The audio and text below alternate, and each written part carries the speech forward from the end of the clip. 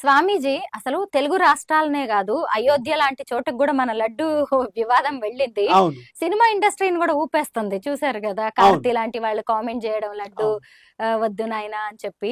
అయితే స్వామీజీ నిజమేనంటారా ఈ లడ్డూలు ఆవు నెయ్యికి బదులు జంతువుల కొవ్వును కలిపారని మీరు నమ్ముతున్నారా? మీరేమనుకుంటున్నారు దీని మీద? నమ్మకం అంటే ఒకటమ్మా, అక్కడ ల్యాబ్ లో రిపోర్ట్స్ వచ్చాయని విన్నాను, మాధ్యమాలలో అది ప్రూవ్ అయిందని కూడా విన్నాను.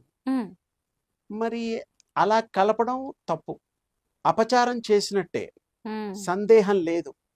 భగవంతుడికి మనం ఫలము పుష్పము తోయము ఏదో ఒకటి ఇవ్వచ్చు.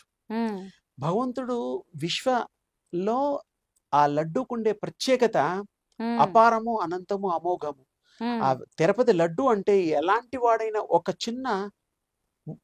ఒక త్రుంచి ఇచ్చినా లేకపోతే ఉమ్, విడిగా చేసినా అది తీసి కళ్ళకద్దుకొని చెప్పులు వదిలి ఉమ్, తినేటువంటి సంస్కారం మనకు అలవాటింది. అందుకని ఆ లడ్డు ఎప్పుడైనా తిరుపతి నుంచి వస్తే లడ్డు తెచ్చారా అని అడుగుతారు, లడ్డు అవును. పంచుతారు. ఇక్కడ వీళ్ళు కలపడం అనేటువంటిది రుజువైంది. దాన్ని బట్టి వాళ్ళకి తగిన మూల్యం చెల్లిస్తారు, సందేహం లేదు. కానీ ఇక్కడ రెండు మాటలు నేను చెప్పదలుచుకున్నాను. గవర్నమెంట్ వాళ్ళు దానికి తగినటువంటి ఆధారాలు సేకరించి ఉండొచ్చు, లేకపోతే మరి రిపోర్ట్స్ రావు కదా. ఉమ్, రిపోర్ట్స్ నమ్మారు కాబట్టి మొత్తం అల్లకల్లోలం అయిపోతోంది ప్రపంచం అంతా. ఉమ్, ఉద్యమాలు జరుగుతున్నాయి, అవన్నీ సత్యమే. ఉమ్, సనాతన ధర్మాన్ని కాపాడాలి, లేకపోతే మరి కుదరదు. ఉమ్, ఇంకొకటి మీ మొహత విన్నవించేది ఏంటంటే, మన ఈ గవర్నమెంట్లో అన్య మతస్థులకి ఉద్యోగాలు తిరుపతిలో ఇవ్వకూడదు. అవును, మన ధర్మాన్ని నమ్మని మన వాళ్ళకి ఎలా హిందువులకి ఇవ్వండి, ఇస్తామండి? హిందువులకి ఇవ్వండి. హిందువుల్లో కూడా చక్కగా వాళ్ళు నిస్వార్థంగా పనిచేసే దైవ కైంకర్యాలు చేసేటువంటి ఉద్యోగాలు వాళ్ళకి ఇవ్వాలి. హిందువులకు మాత్రమే ఇవ్వండి, వేరే వాళ్ళకు వద్దు. ఎవరి మతంలో వాళ్ళు ఉద్యోగాలు చేసుకుంటున్నారు కదా. మరి హిందూ సనాతన ధర్మంతో ముడిపడినటువంటి క్షేత్రం ఇది. అందుకని మన వాళ్ళకి పాప భీతి ఇవన్నీ ఉంటాయి కాబట్టి ఇలాంటి తప్పులు చేయకుండా ఉండడానికి ఆస్కారం ఉంటుంది. కాబట్టి హిందువుల్ని వాళ్ళ పోస్ట్లో పెట్టండి. ఇంకొకటి, ఇప్పుడు 7 కొండలు, మరి నారాయణాద్రి, తర్వాత శేషాద్రి, ఇలాంటివన్నీ ఉన్నాయి. ఇక్కడ గోవులకి మనం ప్రజాముఖంగా ఒక దాన్ని ఏమంటారంటే గోశాల కాకుండా స్వామికి డబ్బులు ఇస్తూ ఉంటారు, ప్రాపర్టీస్ ఇస్తూ ఉంటారు, లక్షల లక్షల డబ్బులు ఇస్తూ ఉంటారు. ప్రతి భక్తుడు ఇక ముందు ఒక భగవంతుడికి గోదానం లాగా గోవుల్ని ఇవ్వాలని నా యొక్క ప్రతిపాదన. భగవంతుడికి ఇవ్వాలి, భగవంతుడికి ఎన్నో డబ్బులు ఇస్తున్నాం. రాజరాజేశ్వర స్వామికి మనం కోడెల్ని ఇస్తాం, కోడె మొక్కలు ఉంటాయి కదా, మీరు వెంకటేశ్వర స్వామికి ఇవ్వాలంటున్నారా? ఆవుల్ని మనం సమర్పణ చెయ్యాలి, గోదానం చేయాలంటున్నారు. స్వామివారికి ఇచ్చేస్తే స్వామివారి సొత్తు అయిపోతుంది. గోదానం చాలా గొప్పది, గోవులు పూజనీయము, చాలా గొప్పది. అందుకని ఈ గోవుల్ని ఇచ్చేటప్పుడు ఈ 7 మరి కొండల్లో ఇంకొక కొండ యాడ్ చేసి గోవు పేరు మీద గోవర్ధనాద్రి అని పెట్టండి. శ్రీకృష్ణుడికి ఉంది కదా గోవర్ధనగిరి, అలా పెడితే అక్కడే అన్ని గోవుల్ని పెట్టేసి అక్కడ దానికి కావలసిన పాలు ఉత్పత్తులు, నెయ్యి సంపాదించేటువంటిది, పెరుగు వచ్చే భక్తులకి కూడా మరి ఇవ్వడానికి వీలవుతుంది. పెరుగుతో చేసే ప్రసాదాలు ఉన్నాయి, పులిహోర, దద్దోజనాలు లాంటి వాటిలో కూడా ఉపయోగపడుతుంది. తర్వాత నెయ్యి కూడా మనం అక్కడికి కొన్ని రోజు 2-3 లక్షల మంది వచ్చే ప్రజలు ఎవరో వారికి ఇష్టదైవానికి నిలువు దోపిడీలు కూడా ఇచ్చేటువంటి మన వాళ్ళు ఒక గోవుని ఇవ్వడం పెద్ద లెక్కలోది కాదు. నిజమే. ఆ గోవులు ఇవ్వడం వల్ల గో సంరక్షణ జరుగుతుంది.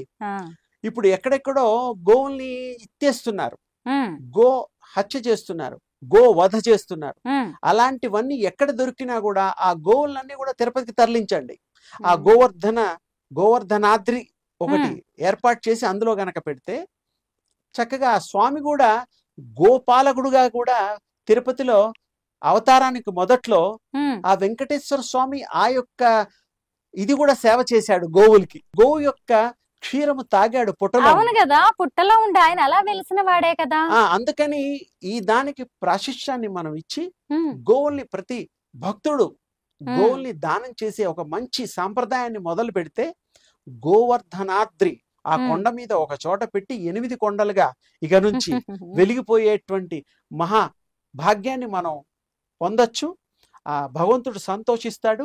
అప్పుడు కల్తీలకు తావు ఉండకపోవచ్చు. ఉమ్, ఎందుకంటే ఆ స్వామి నెయ్యి ఆ స్వామికి కైంకర్యం జరుగుతుంది. ఉమ్, ఆ స్వామి అధీనంలో ఉండే దానికి కల్తీ రావడానికి చాలా ఆస్కారాలు మరి కనబడ్డం లేదు. ఉమ్, న్యాయంగా ధర్మంగా సేవ చేసుకునే వాళ్ళని నియమించండి. ఉమ్. అప్పుడు తప్పకుండా వాళ్ళు న్యాయంగానే ఉంటారు. దేవుడు అంటే భయం ఉంటుంది. ఆ వెంకటేశ్వర స్వామికి అన్యాయం చేసిన వాళ్ళు ఈ రోజు వరకు ఎవరు బాగుపడ్డట్టుగా చరిత్రలో లేదు. కానీ అందరూ ఈ లడ్డు వివాదం గురించే మాట్లాడుతున్నారు కానీ దానికి పరిష్కారం ఏంటి, భవిష్యత్తులో ఏం చేయాలి, ఇలా చేస్తే ఎలా చేస్తే బాగుంటుంది? పైగా శ్రీ వెంకటేశ్వర స్వామి చరిత్రను కూడా మీరు నిజంగా గుర్తు చేశారు. అవును, ఆయన అలా వెలిసిన వారే కదా, పుట్టలో వెలిసి వారు ఆవు కూడా పాలు క్షీరాన్ని తాగి, తాగారు పుట్టలో ఉండి. ఈ ఆవు ఎక్కడికి వెళ్తుంది అని వెనక ఆవు యజమాని వెళ్ళి మంచి మంచి సలహా ఇచ్చారు. అయితే ఇప్పుడు డిప్యూటీ సీఎం పవన్ కళ్యాణ్ గారు అమ్మ ప్రాయశ్చిత్త దీక్ష చేస్తున్నారు. వీటి వల్ల ఏమైనా ప్రయోజనం ఉంటుందా స్వామీజీ? కానీ చరిత్రలో మిగిలేటువంటి ఉమ్, పవన్ కళ్యాణ్ గారి యొక్క ఈ దీక్ష ప్రాయశ్చిత్త దీక్ష ఉమ్, చాలా మంచి దీక్ష. ఉమ్, అది బాధ్యతగా వారు చేస్తున్నారు. సనాతన ధర్మాన్ని కూడా కాపాడాల్సిన బాధ్యత మన ఉమ్, రాష్ట్రానికి ఉన్నది. అలాగే బాబు గారికి కూడా ఉన్నది. ఆ యొక్క గవర్నమెంట్ ఆంధ్ర గవర్నమెంట్ మనం తీసుకున్నాం కాబట్టి వాటికి ఆ యొక్క బాధ్యత ఉన్నది. పవన్ కళ్యాణ్ గారు చేసేటువంటి దానికి హిందువులందరూ కూడా ఉమ్, సమైక్యంగా ఆయనకి సపోర్ట్ చేసి ఉమ్, ఏం చేయాలంటే ఈ యొక్క విశేషమైనటువంటి సనాతన ధర్మ స్థాపన ఏదైతే ఉందో ఉమ్, ఒక్కరి వల్ల కాదు, అందరి వల్ల అవుతుంది. అవును. సనాతన ధర్మ పరిరక్షణ పరివారాన్ని పేరు పెట్టాలి. ఉమ్, అదొక కుటుంబం. పరివారం అంటే కుటుంబం. పరిరక్షించాలి. ఉమ్, వారికి దృష్టికి ఎవరినైనా తీసుకెళ్ళి ఈ యొక్క మాటని ఈ పరిరక్షణ పరివార్ని ఉమ్, నెలకొల్పాలని ఉమ్, నేను పవన్ కళ్యాణ్ గారు దాని మీద దృష్టి పెట్టి వారు హిందూ మతానికి సేవ చేసుకునే మహద్భాగ్యం కూడా ఉమ్, మనమందరూ కల్పించి మనమంతా ఒకటిగా ఉండి హిందూ మతాన్ని పెంపొందించి ఆ సనాతన ధర్మాన్ని మనం ఆచరిస్తూ అభివృద్ధి చేస్తూ మనం వాటిని పాటిద్దాం అనేటువంటి విషయాన్ని నేను మీ ముఖంగా తెలియపరుస్తున్నాను. స్వామీజీ, ఆయన సనాతన ధర్మాన్ని కాపాడడానికి నడుం బిగించారని మీరు నేను అంటున్నాం. అవును. కానీ ఇప్పుడు ఎప్పుడైతే ఈ ప్రాయశ్చిత దీక్షని మొదలు పెట్టారో ఆయన మీద విమర్శలు మొదలయ్యాయి. ఎందుకంటే ఆయన భార్య రష్యాకు చెందిన ఆమె అన్నా లెజ్నోవా, ఆవిడ క్రిస్టియన్, వాళ్ళిద్దరికి పుట్టిన 2 పిల్లలు కూడా క్రిస్టియన్ పేర్లే వాళ్ళిద్దరికి కూడా. ఆయన కూడా బైబిల్ పెట్టుకొని తిరిగాడు, చర్చిల్లోకి వెళ్ళాడు అని చెప్పి ఇలా ఆయన మీద ట్రోలింగ్ మొదలైంది. వారికి మీరిచ్చే సమాధానం ఏంటి స్వామీజీ? ఈ భారతదేశంలో భర్త ఏమిటో ఆ కులాన్నే మనం పరిగణనలోకి తీసుకుంటాం. మీరు ఇప్పుడు అన్నారు చర్చిలోకి వెళ్ళారు, వెళ్ళొచ్చు. హిందువులు వెళ్ళకూడదని రూల్ లేదు. మనమంతా వసుదైక కుటుంబం. వాళ్ళు ప్రేయర్ చేస్తారు, చేసుకోనివ్వండి. చెడు చేసినప్పుడు మనం దాన్ని వ్యతిరేకించాలి. పిల్లలకి ఏ పేర్లన్నా వాళ్ళు మరి రష్యన్ వాళ్ళు కాబట్టి ఆ పేర్లు పెట్టుకోవడంలో తప్పు లేదు, కానివ్వండి. కానీ ఈయనని ట్రోల్ చేయడానికి ఏమి అవకాశం లేదు. ఈయన హిందువే కదా. ఈయన సనాతన ధర్మాన్ని కాపాడడం కోసం కంకణం కట్టుకున్నాడు, నడుము కట్టుకున్నాడు. ఇప్పుడు 3వ తారీఖు వరకు దీక్ష కొనసాగిస్తాడు. మనమంతా కూడా ఒక హిందువులుగా మనం ఇలాంటివి గతంలో జరిగినవన్నీ కూడా భూస్థాపితం చేసి ఇక ముందు ఇలాంటి పరపిచ్చులు జరగకుండా, ఏ లోపాలు జరగకుండా హిందువుల్ని నియమిస్తూ ఎక్కడా తిరుపతిలో ఆ చక్కటి ఆ దివ్య క్షేత్రాన్ని ఇంకా బాసిల్లేటట్టుగా వారు నిర్ణయం తీసుకోవాలని నేను ఆ వెంకటేశ్వర స్వామి సన్నిధిలో కోరుకుని ఈయనకి ఆ యొక్క కృప చెయ్యాలి ఇలాంటి కార్యక్రమాల్లో అని, ఆ శక్తిని, యుక్తిని, ఆ అనురక్తిని, భక్తిని పెంపొందించాలనేటువంటి ఆ భగవంతుడి యొక్క కృప అపారంగా వారికి ఇవ్వాలని నేను కోరుతాను.